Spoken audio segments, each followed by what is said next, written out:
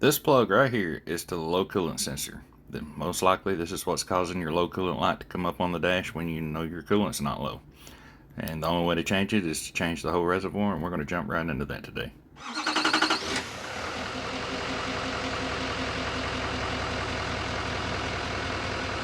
Here is my buddy's beautiful GMC Denali, 2018 GMC Denali with L5P Duramax in it.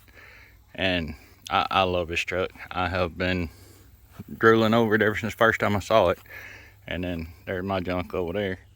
But what we're going to do, he's got the dreaded low coolant level light that's been coming on the dash, and we're going to change that for him today. I told him if he'd jump on and buy one, we'd stick it in. So I've already done one video on it. We're going to do another video on it. Alright, so the first thing I'm going to do is I'm going to take the mass airflow sensor loose right here. All you got to do is take this lock and push it back without breaking it. I see a lot of them that are broken. Just try to be gentle with it. Push the button down. I know it's hard for you guys to see. Push the button down, grab it on both sides, wiggle it loose. There are these, and I've already taken them loose. These little Christmas tree clips go right into the back side of the breather there. You'll see those if you run your hand down. The one for the mass airflow, and there's another one I think holds a coolant hose that goes in down there. And then after that, need a 5/16 socket, and I use the Milwaukee ratchet, and I'm gonna take this loose right here. Look, going the wrong way. Take this loose right here. It don't have to come all the way off. He hadn't had his out as many times as I've had mine out. Mine just pops right loose. Grab the neck right here and just yank on a little bit. Right like that. Here's his cord to charge his block heater cords. Then I'm gonna rock it this way and try to pop the back one loose. Now this whole air box will just slip right out. Well, yep. And we'll set this aside. Next thing we're gonna have to take out, because I tried doing this with just taking the battery loose and moving it around. You gotta take the battery loose. It's just so much easier. So I believe this here is a 13. I'm gonna go ahead and take it loose.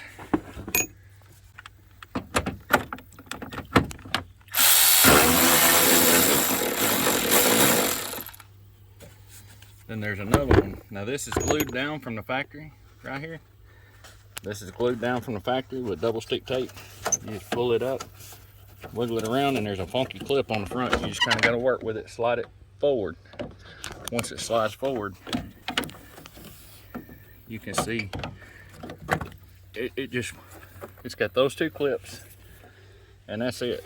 It just rests up here after that, and it slides right down in that channel back there. So that's all of that. We'll lay this right up here. That exposes this bolt.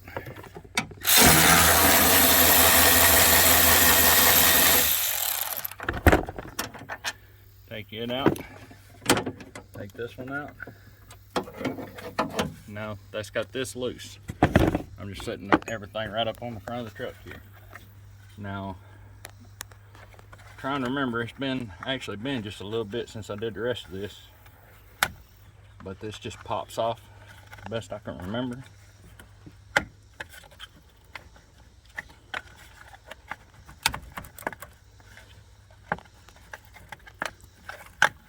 Yep, flip it right over on top of the motor, and then a 10mm socket. Get your battery loose.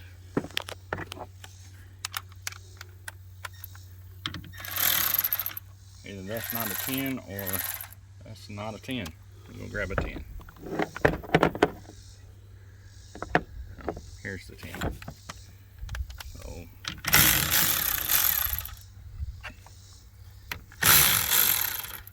you don't have to take those batteries very far loose. Just get them, just barely loosen them up. I'll jump over there and take the ground off just like I did right here. That way there's not gonna be sparking or anything like that.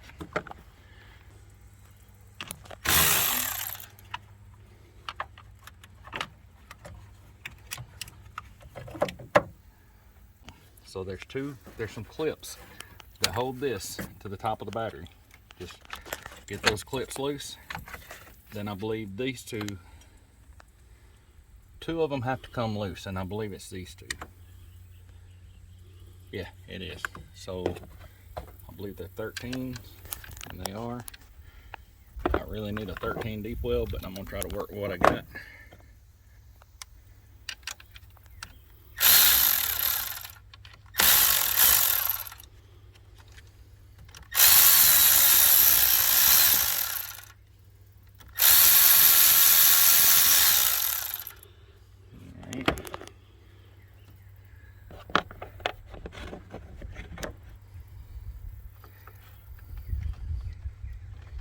These have ears that go down into that, like this. Make sure that you get those ears lined up with their holes when you're putting them back in, or you'll bend them and it just makes for a long day. And then I'm gonna put these nuts right back on here to make sure I don't lose them. And I haven't done this in a while, so I'm hoping my memory is serving me correctly, but I think we can flip this straight forward right here, and now I can get to the battery hold down bolt, which is right down in here. And I'm gonna hope it's a 13, but I need to grab an extension. There we go.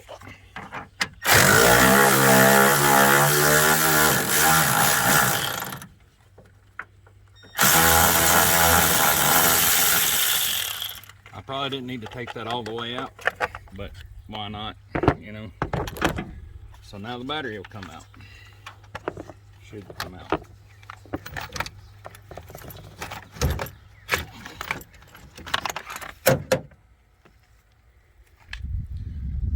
Alright, so now with the battery out, if you can see, there's one 10mm bolt right here, and there's this squeeze clip right here. This is nothing. This is not hooked to anything. There's this little squeeze clip right here, and there's just one plug right here, which is our problem child, the reason we're here in the first place. That's the connector to your low coolant sensor. So we'll go ahead, and I'm going to let this drain down. I'm not going to worry about trying to catch it and reuse it, especially. And these clips, when you squeeze them together, I don't know if you guys will be able to see very good or not, but open my channel locks up a little bigger. When you squeeze these together, they should lock into place. But either way, if they do or they don't, I just want it up off of there. And then now I'm going to try to do this one here the same way. If those lock into place, they're not that bad to get them. They actually work a little bit better. I'm going to let the pressure off and just let this drain down. I've never drained the radiator myself before doing this, but he did just pull up, so it may have some pressure on it. There we go. So we're getting some pressure, letting the pressure out, because the truck is still hot. He just got here and parked, so I'm just going to loosen this up. It's preferably, you definitely want to do this when it's cold, but we've been putting this off for a long time, and we just want to get it done today.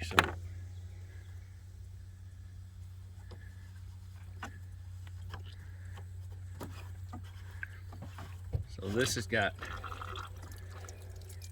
this one open, and it's dribbling some out. Now I'm going to open the one on the side as well, and that should let some pressure out too.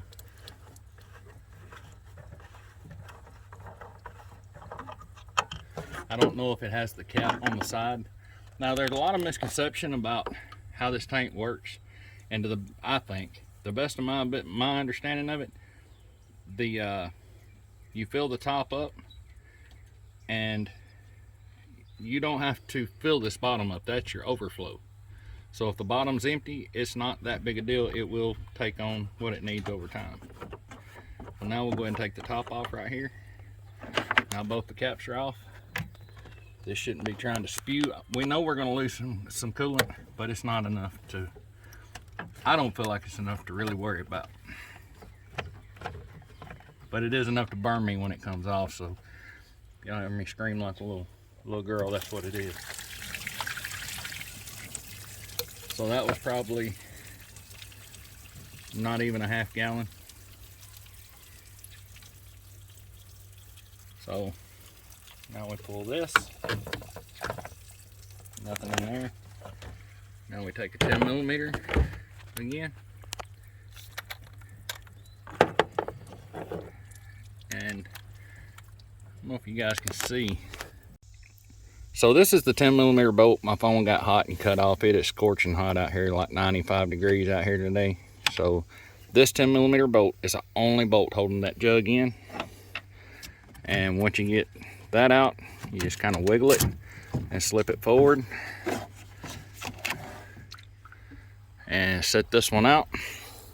So when you order one of these off Amazon, this is what you get. It's the same exact reservoir as what we just took out. If you look, there's some leaves. I'm gonna set this right here and clean them leaves out. And there's 2 slots down here that those pins slide in, set into. So they set in up front, and it gets smaller as it goes back, and they'll lock in. And then the 110 millimeter bolt. So we're gonna go ahead and start setting it back in. Don't let your wire get caught back there. That'll be bad. Okay, I'm gonna hold the camera for me. I'm gonna hold this wire forward. That radiator cap is the only one it comes with. So, and you know it goes toward the fender. So just set it right in, holding the plug forward, and then wiggle it around. You'll feel it drop into the slots it goes in. Slide it back. Once you push it back, pull up on it to make sure it's locked in. And now, just because, I'm gonna go ahead and plug this in just so it's out of the way.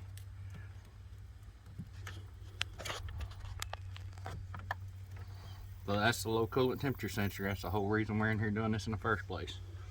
Then I'm gonna grab my 10 millimeter bolt, drop it back down the hole, get it started a little bit by hand. I always start and run a few threads in by hand. And now just snug it up, hold it back tight. Snug it up, there's that. So now I'm gonna take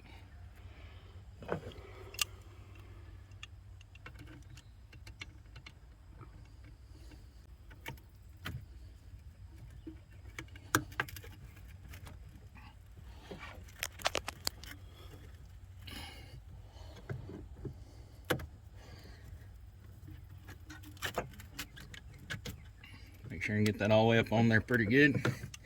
I do not know what that hose is for. First time I did mine, I thought that was something wrong, but it was fine. Here's our fill cap off the old one. This right here can stay with the old one as well. Oh yeah, I'll set the battery back in.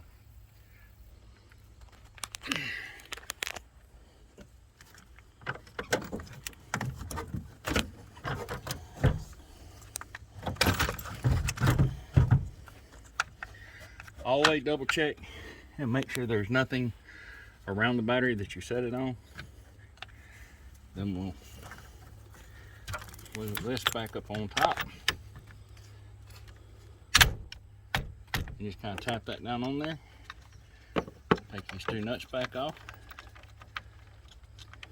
Yeah, I probably should have put that on first. He just handed me the battery hold down. And it's hot out here, and I was kind of getting ahead of myself. Most of the time you don't have to take the battery hold down completely out. All you gotta do is loosen it up and it'll slide.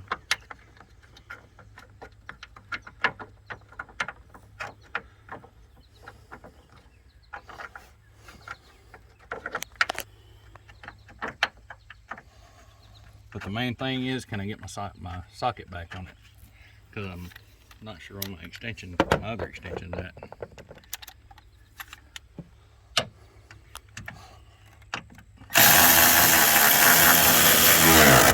I did go ahead and tighten that all the way back down. It's not coming back out. Now take these 2 nuts off.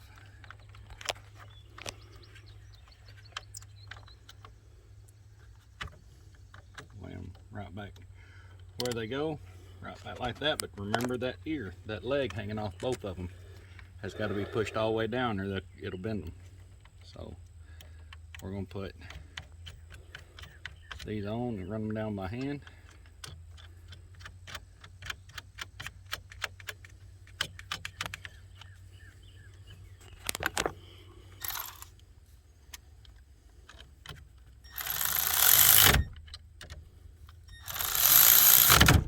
That's got that. So now I'll go ahead and take the 10mm. Go ahead and nail this one down. And then go ahead and find the negative cable right here. I'm not going to hook it up yet. I'm just going to lay it right there to make sure it's not falling into the abyss there. And I believe we're going to go ahead and flip this stuff back over. And it just pops on. Then we'll put this on. Right like that.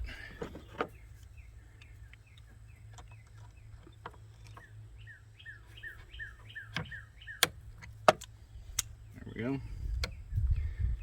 Pop that into its little holder right here, little plastic holder that holds it. We got the battery installed. The coolant jug is on. I know it's a coolant tank, whatever you want to call it. I call it a jug. I'm gonna just trim again.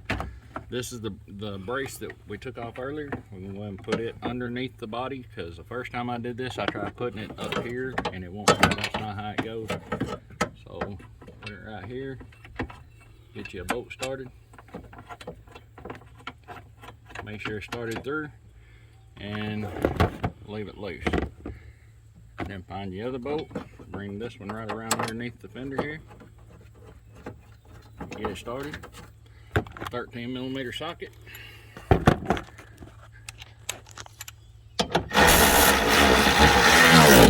Nail it down. Nail that one down. We'll take our trim piece. It's kind of a pain in the butt to deal with here. And like I say, you'll hook it underneath the fender, slide it back, and then it's got to roll in and for this one to hook. Kind of aggravating, but sometimes they just fall right in, and that is all there is to putting that trim back in.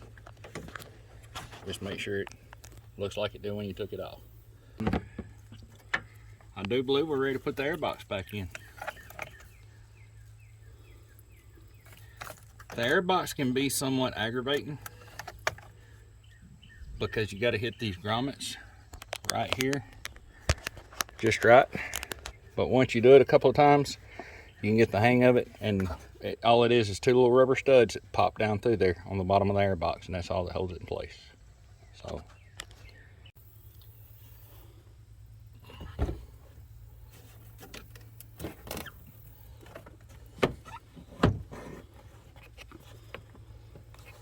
they ran his, when they redid his block heater plug, they ran it right here, and mine is not right there, so it's kind of throwing me off a little bit, but it'd be all right. I'm not used to having to work around it though. It'll just drop in, and as it drops in, make sure that your mass airflow plug and the other plug doesn't get caught up and underneath it.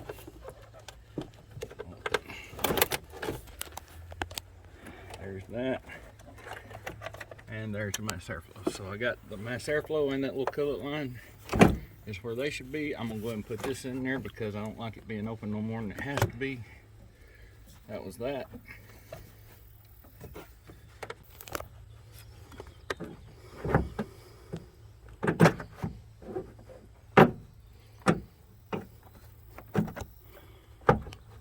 One side's in. There's the other side that won't find. That I can't find the hole. That's it. All right. So now I'm gonna take this. There's the one that's on the coolant line. There's two separate holes in the back of this breather box. The one on the coolant line goes to the bottom, and the one on the mass airflow line goes to the top.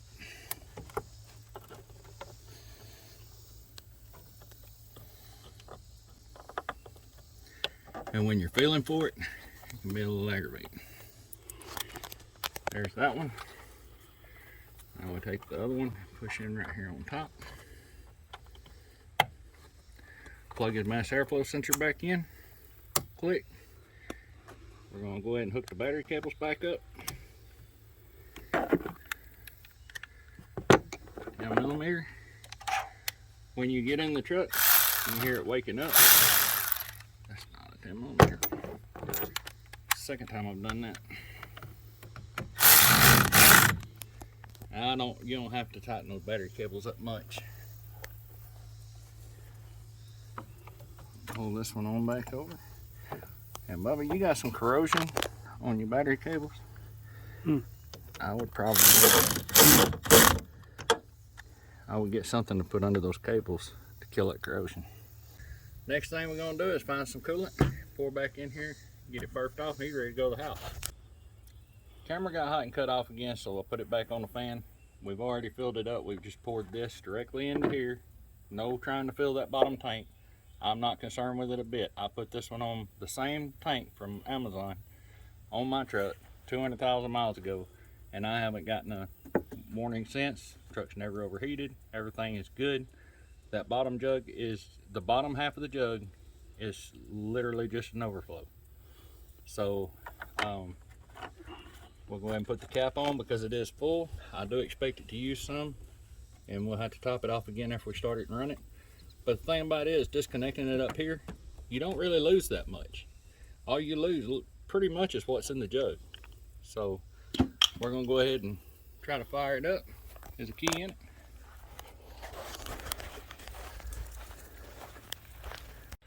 All right, so imagine you got hood open, driver 2 memory features. I imagine it would ask you about rolling the window up and down, but he always got that low coolant sensor, so we're gonna go ahead and fire it up. Old truck got 142,111 miles, not deleted, and hasn't really had enough trouble to talk about out of it. He's ran RV transport and some different things. So I did this video before on my truck, and I just figured I'd do it again since I was doing this because it was a good video. I got a lot of positive feedback on it. I hope this helps swing you guys out. This is not a bad job. It's right around $100 fix. If you go to the dealer, I want to say that at the dealer is more than $100. I think it's more like $4. But that's been a while since I priced mine. And this is off Amazon, and it comes straight. To the best of my memory, it comes in a GM box. So links are in the description to everything I used doing this video. I always make sure and go back with the GM deck school. And that's it, guys. One more look at this truck. If I was needing a truck, looking for a truck, and I could get my hands on this one, that would be my next truck. Anyway, thank you guys for watching. I appreciate you so much. See you in the next video.